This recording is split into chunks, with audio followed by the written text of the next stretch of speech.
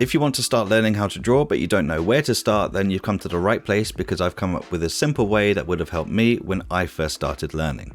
There are 3 levels to this and we're going to go through each one. How long you stick to each one is up to you, but a good rule of thumb is when you start to feel comfortable with the level that you're on, it's probably time to move on to the next one. Anyway, that's enough of the intro, let's get to level 1. I'm starting with something that is not talked about a lot by art instructors online, but I think it's the single most important thing for you to do when you're first starting. And that thing is to simply have fun.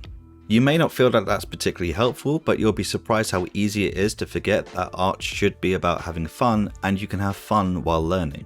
So how do you have fun? Well, only you can really answer that, because you know what you find fun. So pick a medium that you're interested in, whether that's pencil, pen, charcoal, chalk, or anything that makes a mark. In terms of what you draw, that's completely up to you too. It could be your favorite characters, a family member, a pet, your favorite place.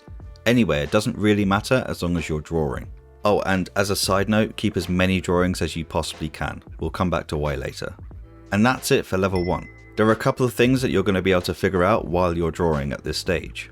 The first is whether you actually like drawing or you like the idea of drawing.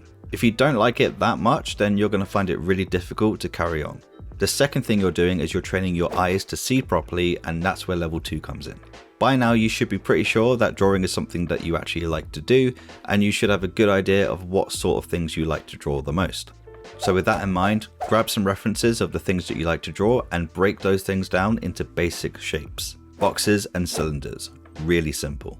So if you like drawing people, which most people do, then you can turn this into this. It works for pets like this, vehicles like this, and pretty much anything else that you want to draw. The reason you're doing this is because one of the best ways to understand complex things is to break them down into their basic components. This is ideal when you're learning, and it's ideal when you come to design your own things later on down the line. It'll make your design stronger and it'll feel less intimidating. So by doing this early, you're setting yourself up really well. Don't worry about accuracy too much. This is about you making choices to represent complex things in basic ways.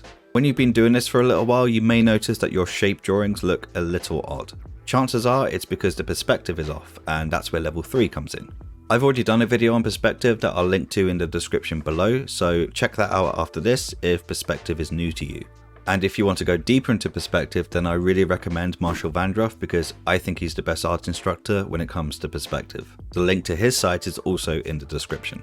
When it comes to learning perspective, it's like pretty much everything else you've been doing up until now, which is to do it over and over and over again. That's another reason why level 1 is so important. You're going to be breaking down lots of shapes of lots of objects, and you're going to be trying to put those shapes into perspective a lot. Some people may understand perspective after only a couple of weeks, for some people it might take 6 months, and for other people it might take longer. However long it takes you, having fun is the thing that will fuel you and keep you going forwards. So, a quick recap. When you're learning how to draw for the first time, you should be having fun by drawing what you like to draw. You should be breaking the things that you like to draw down into basic shapes and try to put those basic shapes into the correct perspective. How long you do that is up to you. It could be a couple of weeks, could be 6 months, or it could be longer. A good way to track your progress is that when you start to feel really comfortable with a new concept, it's probably time to move on to the next one.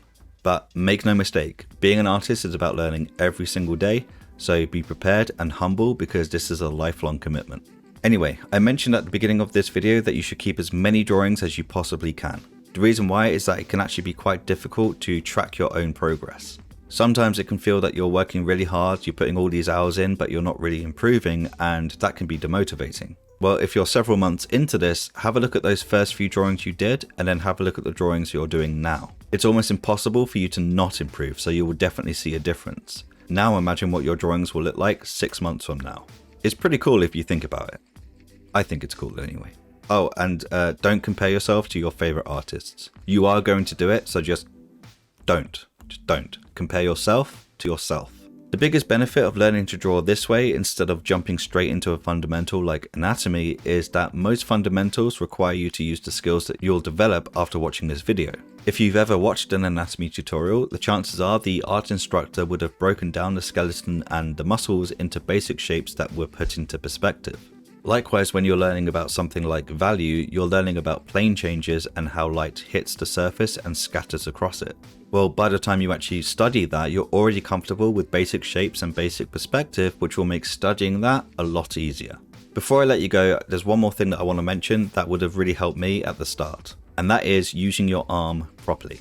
There's a second video that I've done that I've linked in the description where I talk about line work and how you can improve your line work by engaging your elbow and your shoulder. So have a look at that as well.